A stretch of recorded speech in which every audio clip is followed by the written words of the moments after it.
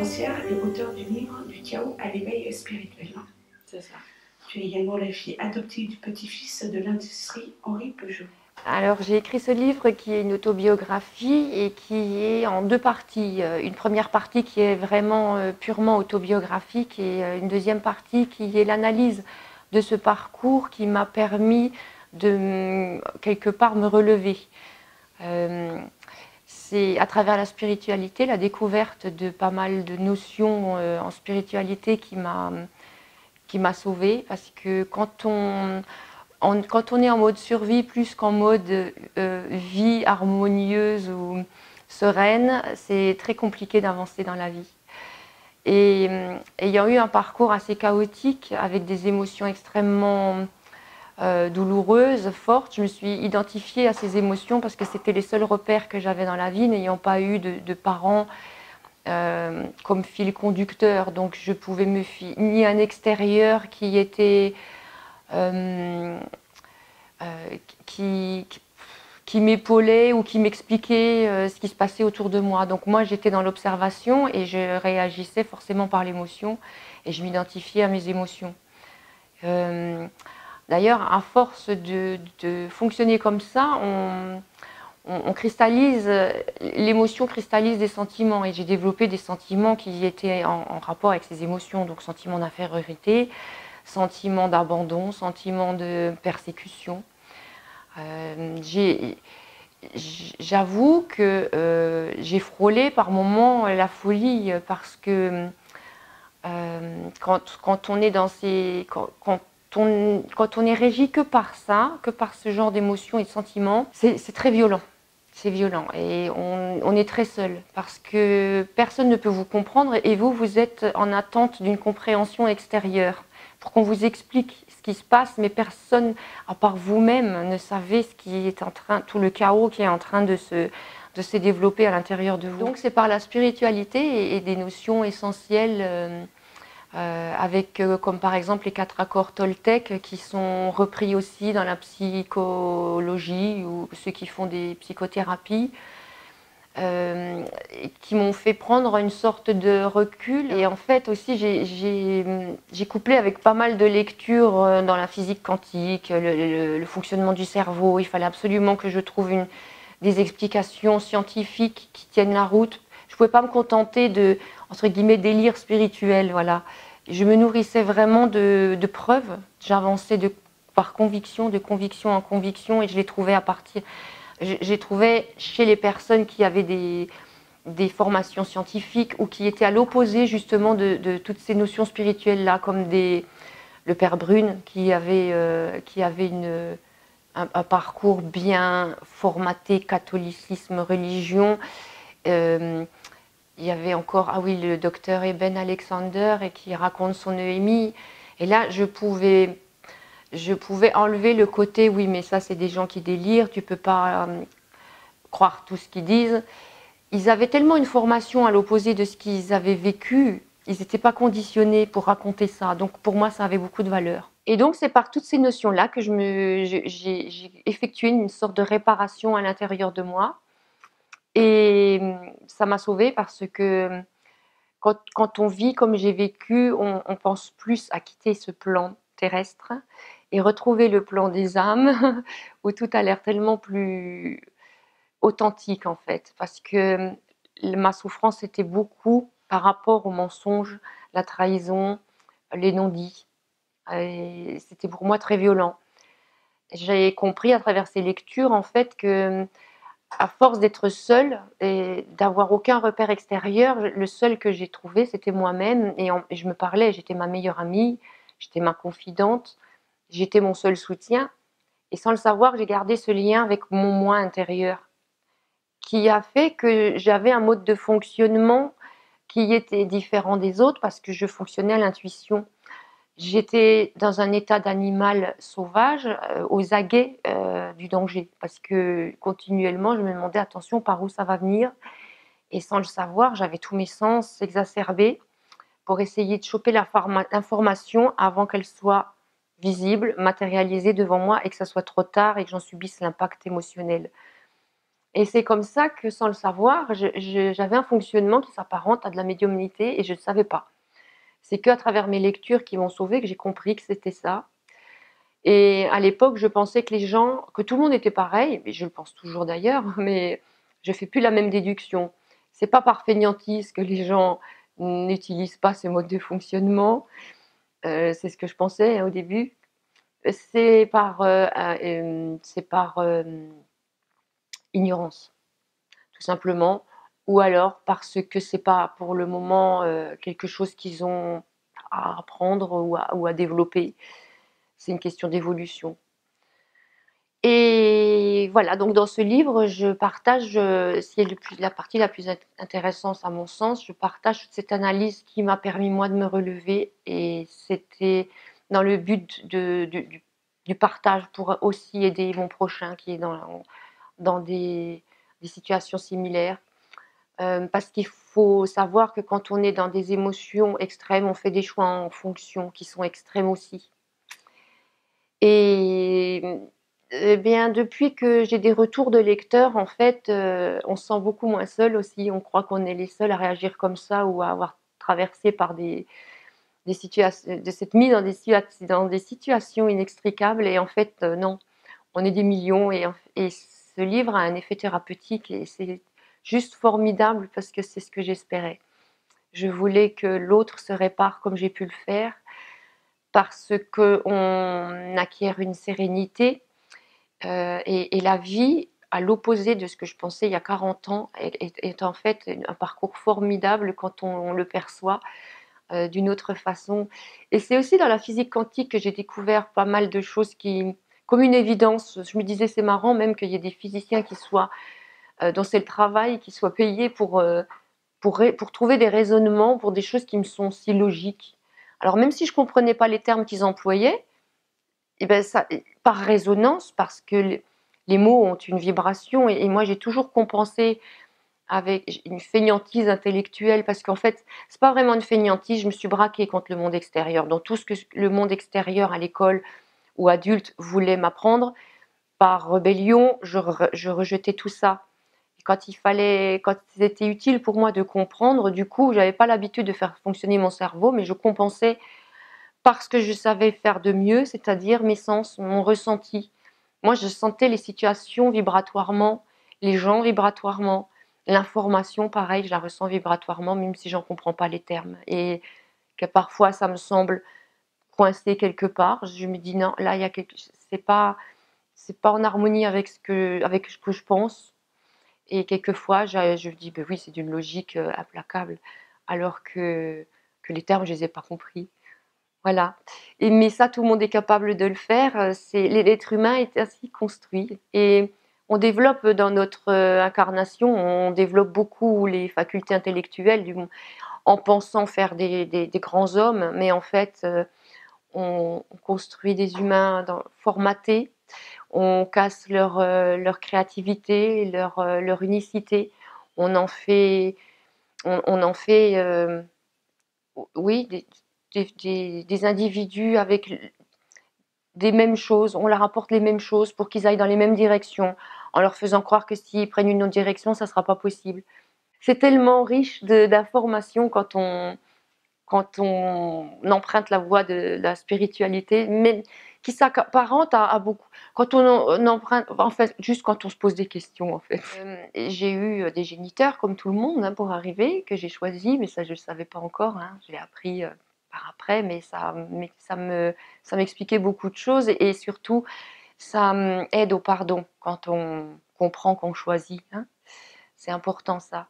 Donc, j'ai eu une mère génitrice qui m'a abandonnée à l'âge de 2 ans, qui aurait pu le faire avant, mais qui ne l'a pas fait parce que pendant ces 2 ans, j'ai vécu déjà de la violence de la part de sa part, ensuite de la part de ses nombreux conjoints, parce qu'elle changeait assez régulièrement. Et à l'âge de 2 ans, elle m'a déposée chez une nourrice pour plus jamais revenir me rechercher. Et ce qui est intéressant aussi là, c'est que quand je l'ai retrouvée, à l'âge de 25 ans, elle m'a dit, c'est marrant, enfin c'est marrant entre guillemets, mais quand je t'ai abandonnée, on aurait dit que tu avais senti que c'était la dernière fois que tu me voyais, parce que ce jour-là, tu t'es agrippée à mes jupons comme si tu étais terrorisée. Donc ça l'avait beaucoup marqué ça. Moi, ce qui m'a marqué quand elle me l'a raconté, deux choses. Comment peut-on raconter ça aussi froidement quand on a un instinct maternel? Je pensais que c'était inné l'instinct maternel. Et surtout, je me suis dit, ah, déjà à l'époque, je sentais. Ça me confortait dans ma démarche euh, de toutes ces questions spirituelles dont j'étais en quête. Et donc, je suis restée pendant quelques années à l'orphelinat. Et des parents se sont présentés à l'adoption. Et en l'occurrence, pour ma part, c'était la famille Peugeot des industries automobiles.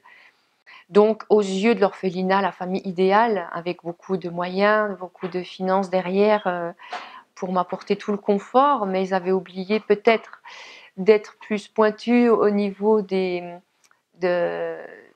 tests psychologiques, on va dire. Je sais qu'il n'existe pas encore des tests d'amour avant de procréer, ni de tests pour être parent. Quelquefois, je me dis que ça serait presque nécessaire quand on voit certains parents ce qu'ils font de leurs enfants. Et donc, j'ai été achetée, on peut dire achetée par cette famille, parce qu'il faut avoir pas mal d'argent derrière à cette époque-là pour avoir un enfant, pour adopter un enfant. Et loin d'être d'être enfin la fin des galères ou la naissance d'un beau parcours. Et contrairement à ce que tout le monde pensait, que j'avais tout pour moi du coup, l'argent, le nom, l'apparence aussi, parce qu'on jouait beaucoup sur mon physique. J'étais une petite poupée blonde aux yeux bleus, donc j'avais tout idéalement. Mais en fait, j'avais rien parce que c'était une famille qui, n'ayant pas connu l'amour, eux, ne pouvaient pas le transmettre d'une part. Et de deux, dans cette famille où les affaires financières étaient plus importantes que l'affectif, l'amour était jugé comme étant une faiblesse. Donc j'ai été élevée à la militaire, à la dure, au mépris, avec des manières cassantes pour dompter un petit peu, pour, euh, pour me diriger sur une voie. Et par contre, ils n'ont pas vraiment réussi, à part m'apporter énormément de souffrance, ils n'ont pas réussi à me formater comme ils l'entendaient eux. Et j'ai fait aucun des choix qu'ils avaient eux en tête pour moi, parce que la liberté pour moi était une question vitale. J'avais bien compris que je n'avais pas été désirée par mes parents. Donc tant qu'à faire, autant que, si j'étais quand même sur Terre, autant que si je ne plaisais à personne, autant que j'essaye de vivre ma vie à ma façon. Puisque de toute façon, quoi que je fasse, je ne plaisais pas. Donc, qu'on me laisse ma liberté et qu'on m'en laisse faire de mon existence comme je l'entendais. Même si ce n'était pas forcément dans un but dans un bon sens pour moi. J'étais plutôt dans une démarche d'autodestruction. Parce que depuis le départ, ma présence n'était pas légitime. Donc, moi, j'aspirais qu'à une chose, c'était de débarrasser le plancher pour que tout le monde soit content. J'ai vraiment l'impression d'être un élément de trop sur Terre. J'ai grandi en faisant mes propres déductions, puisque c'était des parents qui n'étaient pas dans le partage. On ne parlait pas beaucoup, à part des notes scolaires, à part du comportement, à part de tenir des finances avec son argent de poche. Il n'y avait rien d'essentiel à la vie comme moi je l'entendais. Donc je faisais mes propres déductions par rapport à mes observations. Et comme ça, il y a plein d'idées, je vois maintenant farfelues qui étaient des convictions. Par exemple, comme j'étais adoptée, que j'avais pas eu de parents, je pensais être stérile et ne pas être parent moi-même. C'est comme ça que j'ai eu mon premier à 18 ans, mon premier enfant. C'était mes petites vérités à moi et mes petits repères. Et dans la vie d'adulte, eh bien, j'ai continué ce schéma, puisque j'étais tout le temps critiquée, rabaissée. Tout le temps, on me reprochait d'avoir un physique qui attirait les regards. Bah, comme j'ai préféré ma liberté, je me suis forcément retrouvée à la rue. Donc, j'étais SDF, mais j'ai été heureuse. La plus heureuse partie de ma vie, c'était vraiment quand j'étais SDF. Quand je raconte ça, les gens me disent: «Mais attends, tu sortais d'un château avec tout». Je disais: «C'était une prison dorée». La rue, mais c'était que du bonheur, c'était des échanges. je trouvais de l'argent, ben, je le donnais à quelqu'un qui faisait la manche à côté de moi, et son sourire, mais c'était que du bonheur pour moi, parce que c'était un remerciement du cœur authentique, et moi j'étais en recherche de vrai, de quelque chose d'authentique, il n'y a pas d'autre mot, de pas fabriquer, quelque chose, l'impulsion du cœur, comme moi je fonctionnais depuis toujours. Et c'est vrai que je comprenais pas d'où ça me venait. J'avais tout le temps l'amour de l'autre, tout le temps, tout le temps, tout le temps. Peu importe ce qu'on me faisait, c'était l'amour de mon prochain. Mais à un tel point que j'étais devenue, je me mettais en position de victime. En fait, j'avais fait offrande de ma vie pour l'autre. Puisque moi, j'étais pas légitime, il fallait que qui donnait un sens à ma vie, et ce sens c'était de me sacrifier pour l'autre, pour le bonheur de l'autre. Et c'est comme ça que j'ai fait des choix extrêmes. Donc je suis rentrée dans la prostitution, étant donné que j'étais très timide et renfermée. Forcément, il fallait trouver le courage de le faire, donc je suis tombée dans l'alcoolisme qui me donnait l'élan nécessaire à aller dans ce domaine-là. J'ai évidemment aussi expérimenté femme battue avec un conjoint qui était extrêmement violent. Et puis, régulièrement, même déjà adolescente, j'avais ces idées de mettre fin à mes jours parce que c'était juste insupportable. Vers 40 ans, encore plus fort que d'habitude, je me suis dit: «Cette fois, c'est plus possible.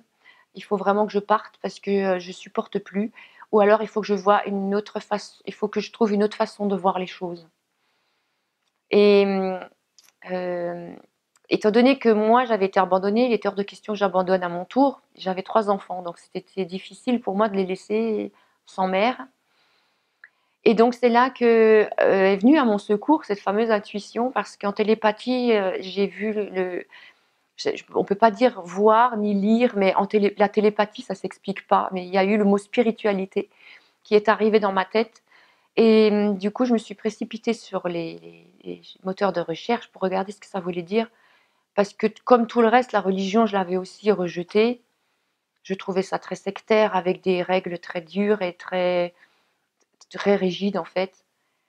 Et quand j'ai vu, les premières choses que j'ai vues dans la spiritualité, c'était des images des Amérindiens, avec leurs valeurs de cœur, avec leur spiritualité. Et là, j'ai eu comme une énergie de vie qui circulait de nouveau à l'intérieur de moi. Et je savais très bien que j'étais une mort vivante. Je ressentais plus rien à part du dégoût, le spleen de Baudelaire, la nausée. J'étais hors du temps, hors du monde, avec un dégoût profond de tout ce que je voyais. J'avais pas compris qu'à force de ne voir que ça, de focaliser sur ce qui me plaisait pas, ben j'amplifiais ça, et que je perdais du temps parce que au lieu de focaliser sur ce qui nous plaît pas, on doit porter notre attention à construire ce qui nous plaît justement idéalement. Ça, je l'ai compris bien plus tard. Donc je me suis moi-même mis au fond du trou, on m'enlisait dans le fond du trou. Oui, et j'étais une mort vivante. Et quand j'ai vu ces images d'Amérindiens et tous les mots qui faisaient leur dicton, leur philosophie de vie, ben, j'avais l'impression d'un retour à la maison. Et je me suis dit: «Mais alors, voilà, ça c'est chez moi. Les vraies valeurs, les racines, c'est d'où on vient». Et puis forcément, eux, ils ont gardé le lien avec le monde des esprits. Donc voilà, Allan Kardec, et s'en est suivi toutes les lectures, hem, toutes les bases, hein, pour celui qui emprunte ce chemin-là. Et les religions aussi, j'ai cherché un point commun, voilà. Chercher le point commun de toutes ces religions, je me disais: «Il y en a bien un». Et puis effectivement, je trouvais. Je me disais: «Tout ce qu'ils ont mis autour, c'est tellement inutile, c'est tellement sectaire, ça divise». Et la spiritualité, en fait, ce que j'aime beaucoup, c'est que il y a pas de mur, il y a pas de limite, c'est libre. C'est la liberté de l'être, d'être. Et toujours avec cette notion d'être dans l'unité, dans l'amour, dans le partage, revendiquer son unicité, oui, mais on enrichit le grand tout avec notre individualité, en fait.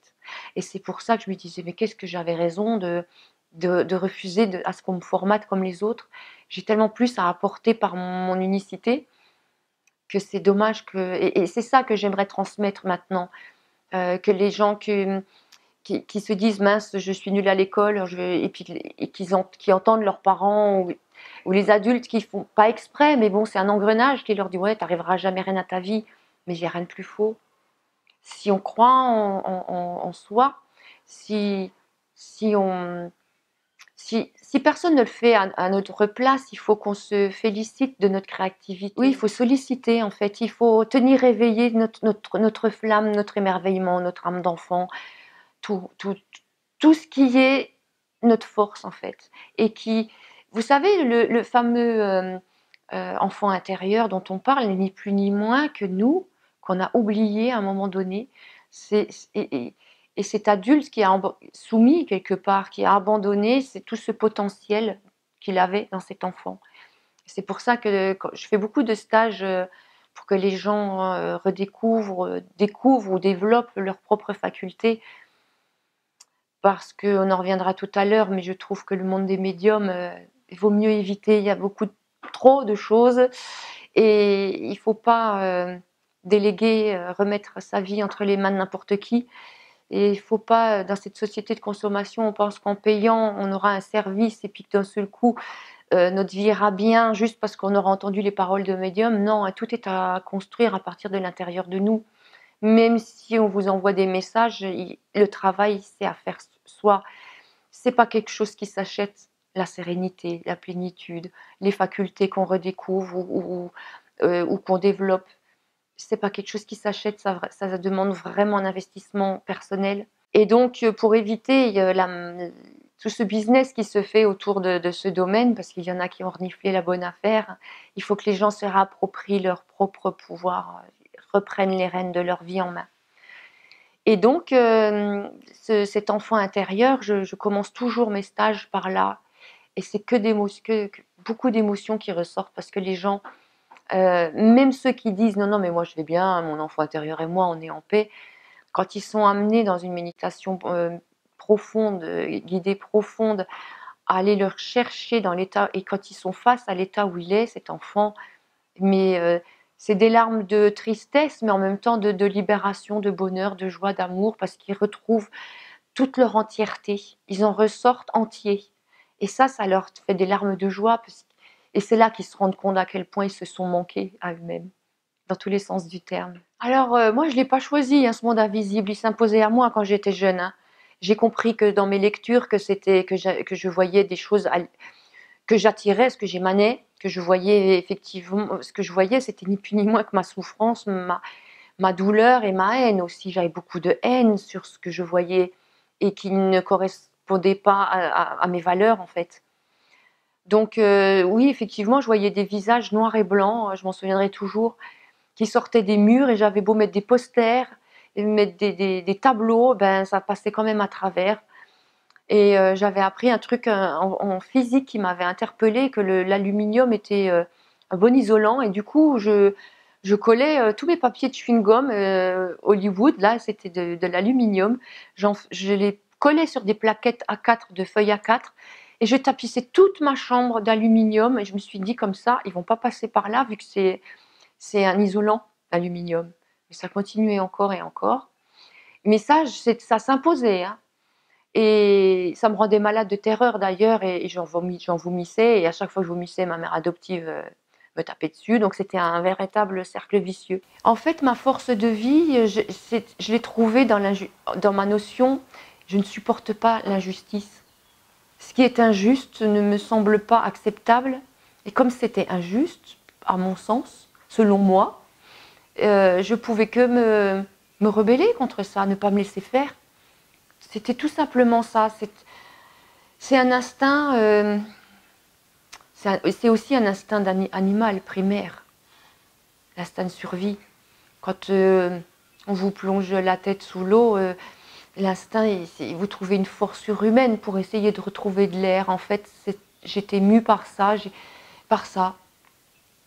Il y a des intelligences qui se développent dans des situations extrêmes. Qu'on ne maîtrise pas, mais ça c'est l'intelligence. Il y a déjà l'intelligence du ventre, il y a l'intelligence du cœur, il y a l'intuition qui s'en mêle, et là on devient des surhumains hein, quand on est vraiment dans l'instant présent, à l'écoute de toutes nos possibilités, on est presque invincible. Tu dis que le bien et le mal n'existent pas puisqu'il représente une notion de jugement qui n'a pas lieu d'être. Et oui, et puis en même temps, les préjugés, les étiquettes aussi, ça me tient à cœur de d'éveiller les gens là-dessus. C'est pas parce qu'on a un nom, c'est pas parce qu'on a un physique, c'est pas parce qu'il y a une famille derrière que on est forcément, que tout va bien forcément. Il faut pas se fier aux apparences. Derrière chaque personne qui se présente devant vous, il y a un parcours derrière.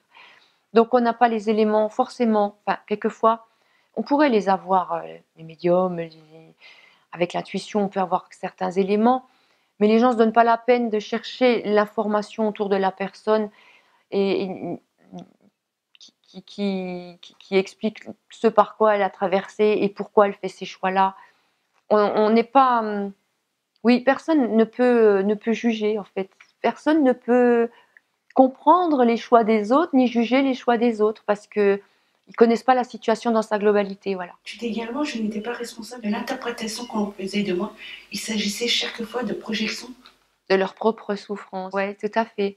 Parce que longtemps, je croyais que c'était parce que c'était moi que j'étais rejetée. Donc j'ai cru que j'étais pas aimable.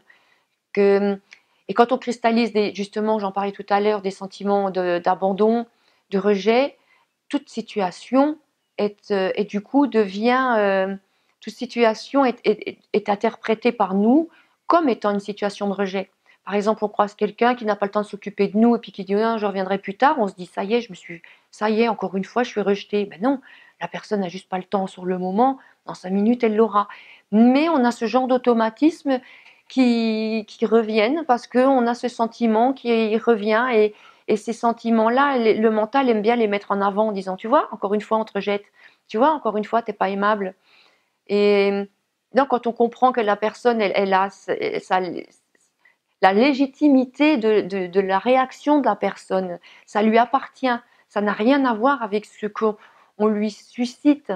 C'est son interprétation à elle. Nous, peu importe ce qu'on lui présente, ça reste sa réaction à elle. Et la physique quantique l'explique bien, que tout dépend du point de vue de l'observateur. Le résultat n'est jamais le même selon comment on se place pour observer l'événement, tout simplement. Et oui, et aussi pour revenir sur le non-jugement, avec il n'y a pas de notion de bien et de mal, ben non, parce qu'encore une fois, c'est selon nos critères. Selon, ce qui nous paraît mal à nous, pour quelqu'un, va sembler peut-être bien selon ses critères. Donc vous voyez, tout est question de de notre construction personnelle, de nos idées, de nos connaissances, de nos croyances, voilà. Donc il n'y a pas de bien et de mal, il y a juste des choses, point. Il y a ce qui est. Tu as fait également des expériences hors du corps.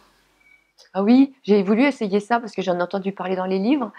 Du coup, j'en ai fait une que j'ai dominée, mais pas jusqu'au bout. Et du coup, c'était moins bien quand ça a dévié. Mais je suis sortie de mon corps, je me suis vue dans ma chambre à coucher, j'étais super contente. Et je me suis dit, oh chouette, c'est génial, j'arrive, je voyais mon mari dormir à côté. Et je me suis dit, ouais, alors je vais aller au salon, parce que j'avais un peu peur. Hein. J'avais aussi lu que quelquefois, on ne maîtrisait pas tout. Hein. Donc j'y allais un peu. C'est marrant parce que dans le ressenti, j'y allais à un petit pas. C'est vraiment petit pas. Je me disais, chouette, maintenant je vais aller plus loin, mais pas trop loin, hein, au salon juste. Hein. Et je me suis dirigée vers la porte. Je ne peux même pas dire debout ou allongée, je ne sais pas. Tout moi est allé vers la porte et je me souviens me dire, mais non, pourquoi tu prends la poignée, tu peux passer entre les murs maintenant. Et puis je l'ai fait, j'ai dit, oh, trop fort, ça marche. Et ensuite, je suis arrivée au salon et après, j'ai pris un peu de l'assurance. Et je me suis dit, donc j'ai tout capté ce qu'il y avait dans le salon et je me suis dit, il faut que je retienne. Parce que ça, depuis mon lit, il faut que je prouve à mon mari que j'ai vu que dans le salon, à cette heure-là, il se passait ça, ça, ça. Donc j'y suis bien allée. Et après, j'ai pris de l'assurance, tellement j'étais émerveillée. Je me suis dit, ok, maintenant je veux partir dans l'univers, n'importe où vous voulez, je me laisse faire. Mais en fait, ils m'ont emmenée sur un plan que j'ai pas aimé. J'ai rencontré un monsieur avec un chapeau noir et puis il y avait du sang, il y avait des couteaux. J'ai pas aimé et puis j'ai eu des dialogues.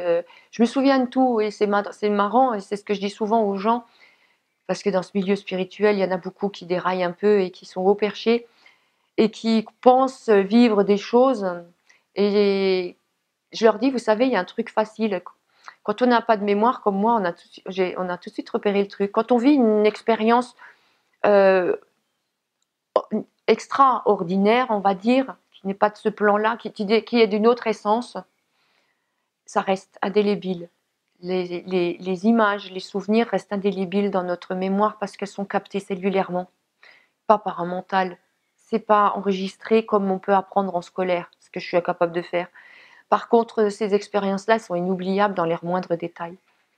Donc ça, c'est quelque chose à savoir. Il y en a qui inventent des choses ou des témoignages que je vois sur des méditations. Maintenant, c'est le grand boom des ateliers TCH ou méditation, connexion, ou hypnose. Et les gens racontent leurs témoignages en disant oui, puis après, ben, je ne sais plus trop comment ça a passé. Ben, je dis non, ça, c'est le mental qui est venu, l'imagination mentale qui est venue, qui a construit toute cette histoire. Quand vraiment c'est du vécu de ce style, c'est cellulairement indélébile. Je dis, quand on fait une expérience, quand on est en communication avec l'invisible, si c'était une mauvaise expérience, c'est parce qu'on était en mauvaise vibration. Oui, tout à fait. Je suis persuadée qu'on attire ce qu'on émane. Alors, Oui, parce qu'il y a beaucoup de médiums qui vont jouer là-dessus pour vous dire attention, ne faites pas ce genre de choses parce que vous allez ouvrir un vortex avec des choses affreuses qui vont vous arriver. Et ça, c'est fait exprès pour que les gens n'essayent pas, pour dominer, parce que dans la peur, on domine, on maîtrise, on maintient l'autre. Mais non, il faut absolument que les gens retrouvent cette liberté justement de toutes ces capacités que tout le monde a. Et que tant qu'on reste dans l'amour et dans des intentions pures, on ne peut que être sur le même plan, avoir des échanges et des informations du même ordre, tout simplement. Marie, tu dis que ton mari est ton âme jumelle, selon tes guides. Oui, nous sommes les mêmes et il avait un rôle, revenir dans il devait me rencontrer pour me sauver dans cette incarnation. Parce que c'est pas la première fois que je me retrouve dans le milieu de la prostitution. J'ai eu d'autres vies identiques, similaires, mais j'en suis pas sortie. Et là, ça s'est représenté de nouveau sur mon parcours et il, il manquait de peu pour que, en fait, je m'en sorte pas non plus. Mais il est arrivé et avec force de patience, il a réussi à m'en sortir, mais c'était pas gagné dès le départ. Parce que moi, je voulais absolument terminer ma vie dans ce domaine-là. J'étais dans une démarche d'autodestruction et d'autoflagellation. Pour moi, j'étais dans mon milieu, quelqu'un qu'on utilise. J'étais là pour ça. Donc, c'était pas gagné d'avance. Il se plaît à dire, puisqu'il s'appelle Jean-Michel, que Michel veut dire comme Dieu, et qu'il est mon sauveur. Et il s'identifie beaucoup à l'archange Michael et c'est toutes ces notions de justice. Et il est très connecté lui aussi parce qu'il a eu un parcours chaotique et il est resté connecté évidemment avec son lui profond qui lui permet d'être dans ce domaine-là. Et lui, pareil, a tenté de mettre fin à ses jours plusieurs fois, était dans la souffrance. Parce qu'en fait, on croit qu'on est seul, mais on est des milliers et des milliers à avoir l'impression de marcher à contre-courant dans ce monde-là. Je l'ai dit il n'y a pas longtemps, et si tout le monde osait parler, ça créerait la réunification et les gens se sentiraient moins seuls. Mais quand on a l'impression de marcher à contre-courant, étant donné que la société conditionne et dit facilement qu'un tel est marginal parce qu'il pense comme ça, on est mis de côté parce qu'on on se range pas dans la file. Donc du coup, les gens se taisent. Mais je leur dis, revendiquez votre unicité, revendiquez ce que vous avez à dire, ce que vous avez à l'intérieur de vous. Et vous allez voir que vous n'êtes pas aussi seul que ça, qu'il y en a plein d'autres qui sont dans les mêmes aspirations et considérations. Nous sommes les mêmes. On a eu un parcours pratiquement identique, presque au iota près, hein, c'est dingue. Et, et, euh, et il est médium évidemment, mais il n'est pas dans une démarche de l'apporter à son prochain. Lui, il est encore dans la méfiance de l'autre, parce qu'il en a beaucoup souffert aussi. Le véritable amour, on peut le vivre à un, déjà, à deux accessoirement, mais c'est essentiel de se l'apporter à soi-même avant d'avoir une relation avec l'autre.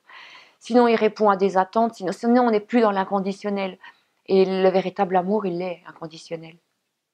Et même des parents qui disent aimer leurs enfants, ils sont quand même pas dans l'amour inconditionnel avec leurs enfants. Ils veulent que l'enfant fasse telle chose parce que c'est mieux pour lui, mais là non, ils sont de nouveau en train de dominer, d'imposer, et c'est pas ça l'amour, on n'impose pas. Il faut être dans l'acceptation de ce qui est, de ses choix, même si c'est pas les nôtres, même si ça nous fait peur. Voilà, les peurs, c'est pareil. Les peurs, on peut s'en libérer des peurs. C'est pas utile pour vivre. On profitait de moi, mais je n'avais pas compris que c'est moi qui l'autorisais, ça. Donc, en fait, oui, en accusant l'extérieur, maintenant je comprends que j'autorisais. C'est moi qui autorisais l'autre à avoir une emprise sur moi ou à utiliser tout ce que je pouvais lui apporter, tellement j'étais en quête de reconnaissance, d'amour, d'intérêt, à ce qu'on s'intéresse un petit peu à moi, peu importe de quelle façon ce soit, c'était toujours bon à prendre. Donc c'est moi qui donnais ce pouvoir à l'autre de me prendre en fait, de m'utiliser. Même si moi, j'utilisais l'autre justement aussi pour avoir un peu d'amour, pour avoir un peu d'intérêt. Donc c'était un échange. Donc j'étais meurtrie par quelque chose qui était tout à fait normal. Maintenant, je suis toujours autant dans le don pour l'autre, mais maintenant, je sais mettre inconditionnellement, je sais mettre quand même les limites, parce que ce qui passe avant tout, c'est mon bien-être. Si j'ai plus mon bien-être, je ne vais plus être efficace pour d'autres et encore d'autres et encore d'autres. Donc, et il faut que tout le monde sache, parce que tout le monde dit oui, mais moi j'ai bon cœur, j'aide tout le monde, les autres. Et ouais, mais d'abord, il faut s'aider soi-même avant d'être capable d'aider l'autre et de ne rien attendre en retour. Là, on peut seulement être dans l'aide à l'autre efficacement. Aujourd'hui, tu as pardonné totalement à tes parents? Oui, mais c'est égoïste ça aussi. Au départ, c'était une démarche égoïste. C'est-à-dire que je ne les autorisais plus à avoir de l'emprise sur moi. Donc, je me suis dit, j'ai compris déjà qu'eux, ils n'étaient qu'en mesure de donner que ce qu'ils connaissaient. Et comme eux, ils n'avaient pas connu non plus l'amour, l'affection, donc ils ne pouvaient pas me le transmettre. Puis j'ai pardonné parce que je ne voulais plus que ça ait un impact sur moi. Donc, je m'en suis détachée. Et puis, oui, et puis surtout de comprendre qu'ils n'étaient pas en mesure en fait, que ma demande, elle était assez illégitime. Je ne peux pas demander spécifiquement quelque chose à quelqu'un qui n'est pas apte à me le donner. C'est complètement irrationnel, idiot comme démarche. Donc c'est facile comme ça de donner le pardon, d'octroyer le pardon. Ta mère adoptive a été très très dure avec toi durant ton enfance. Et tu dis qu'aujourd'hui, ta mère adoptive, elle fait partie de tes guides. Ah, mais ça a été très rapide en fait, comme je l'ai accompagnée en fin de vie. Elle a pas, avec le caractère incarné, ne lui a pas permis de matérialiser ce qui se passait à l'intérieur d'elle par des paroles. Elle n'a pas pu franchir le cap de la parole. Mais quand j'ai lu son regard, juste avant qu'il s'éteigne, enfin qu'elle les ferme définitivement, elle a eu le regard du cœur. Elle aurait dit qu'elle me découvrait enfin, véritablement. Et c'était un mélange d'étonnement, de regret, de, de surprise et, et, et quelqu'un qui s'aperçoit qu'il a fait erreur en fait. Quelqu'un qui s'aperçoit qu'il s'est trompé. Voilà, tout ça j'ai vu dans son regard. Et moi qui étais là, toujours pareil, à attendre un je t'aime ou quelque chose, ou enfin je te vois vraiment tel que tu es, au lieu de comment j'ai construit ton personnage dans ma tête. J'ai vu dans son regard. Et 3 semaines après qu'elle soit partie, je l'ai vue. Mais vue comme je te vois. Hein. Je l'ai vue, elle est apparue et je lui ai parlé. Et c'est tellement... Pareil, ces échanges-là avec les autres plans, c'est tellement émerveillement pour moi que je suis comme une gamine et j'ai dit ah reste, bouge pas, hein, je réveille mon mari, tu vas voir, il va te dire bonjour, il va être stupéfait, hein, parce que franchement t'es quand même morte là, hein. Et je lui ai dit tu bouges pas, je le réveille, hein. Et au moment où je lui disais ça, paf, je replonge dans des vibrations purement incarnées avec des réflexions de l'incarné, c'est-à-dire preuve. Montre, faut que je te montre, que je te prouve, regarde, elle vient là. Donc, paf, elle a disparu, évidemment. Mais oui, elle est. Et en fait, son regard, elle était entre deux plans, donc un pied sur l'autre et puis le dernier pied avec nous. Et cette prise de conscience lui a fait prendre tout de suite le pas de devenir une mère spirituelle comme elle n'a pas pu être une mère dans l'incarnation. Tout de suite, je l'ai ressenti, mais un truc de dingue avec des signes, des synchronicités de dingue. Un jour, elle m'envoie un message, pareil, parce que je fonctionne beaucoup en télépathie, et elle me fait comprendre qu'elle aura un signe. Le jour de l'anniversaire de mon mari, elle va faire signe. Et le jour de l'anniversaire de mon mari, j'avais commandé quelque chose, et c'est arrivé sur un colis où il y avait marqué Florence, et c'était son prénom. Et j'avais dit à mon mari, bah tiens, sois attentif, ma mère a dit qu'elle te fera un signe. Quand il a ouvert la porte au facteur et qu'il a vu le colis marqué en gros Florence, il a fait des yeux. Il a dit, je crois qu'il est là arrivé ton signe. Donc oui, ça, elle a été très efficace, très vite, parce que il y a eu cette prise de conscience entre deux. Tu vois, c'est pas pareil que quand tu pars avec avec ta lourdeur d'incarné, ton caractère, tes peurs, tes blocages, tes idées préconçues. Là, il faut que tu t'allèges, il faut que tu fasses un peu, je suppose, un parcours. Enfin, c'est comme ça que je vois les choses. Tant que tu n'as pas été voir, je peux pas être formelle, hein. C'est pour ça que je dis toujours, moi, c'est ce qui me semble le plus plausible. Maintenant, j'y suis pas encore allée, mais je vous dirai quand j'y serai. Voilà. Donc oui, elle a été très efficace parce que ça a été une inspiration, vu qu'elle avait tellement de regrets d'avoir passé à côté de quelque chose que tout de suite, là, elle voulait accompagner pour la suite. Donc oui, elle est plus mère maintenant qu'elle ne l'a été avant. Enfin, avant, elle a fait comme elle a pu. En tout cas, on sent qu'aujourd'hui, tu parles de tes parents sans aucune amertume. Du tout, au contraire, parce qu'ils m'ont, mine de rien, ils m'ont quand même appris beaucoup de choses. L'endurance, j'ai beaucoup d'endurance, que ce soit pour la souffrance, quand la privation, je m'adapte beaucoup. J'ai pu avoir tout et puis le lendemain plus rien, ça va pas m'abattre. Je fais avec ce que j'ai. Euh, J'aime beaucoup. Ah oui, mes parents étaient très. Ma mère était très avec les plantes. Donc j'adore la nature, j'adore. Moi, je mange tout. Jusqu'à présent, j'ai pas encore goûté ce qui était du poison, mais j'adore. En fait, je cherche toujours à retrouver quand on était en état de Cro-Magnon et qu'on arrivait à se débrouiller avec ce qu'on avait dans notre environnement. Et j'aime beaucoup m'imaginer que quand on se promène dans la forêt, que ça y est, je suis perdue et qu'il va falloir survivre, un peu comme koh là, mais avec personne. Et je me dis, ah ben je ferais ci, ah ben je ferais ça. Voilà, j'aime cette nature. Là, l'homme, il était intelligent à cette époque-là, il avait. Les plus grands bons de découverte étaient là. C'est même pas les trucs technologiques, je trouve. C'était à ce moment-là quand l'homme était encore connecté avec son environnement et qui œuvrait avec. Là, on s'est coupé de l'environnement. Donc ça peut pas aller loin, ça a ses limites. La nature, elle n'a pas de limites.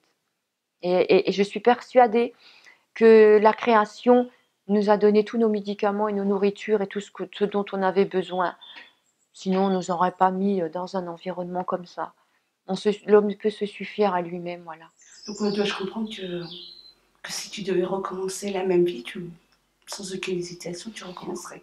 Ouais, je me reposerai un petit peu avant, mais ouais, s'il fallait repasser par là pour en arriver là, bien sûr. Donc, Ouais. c'est sans aucun regret que. Ah, moi, je meurs demain, je dirais, punaise, j'ai eu une vie super bénie.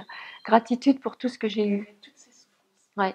Parce que maintenant, quand j'ai écrit ce livre, c'était pas un livre thérapique, hein. C'est pas parce que je me suis pas.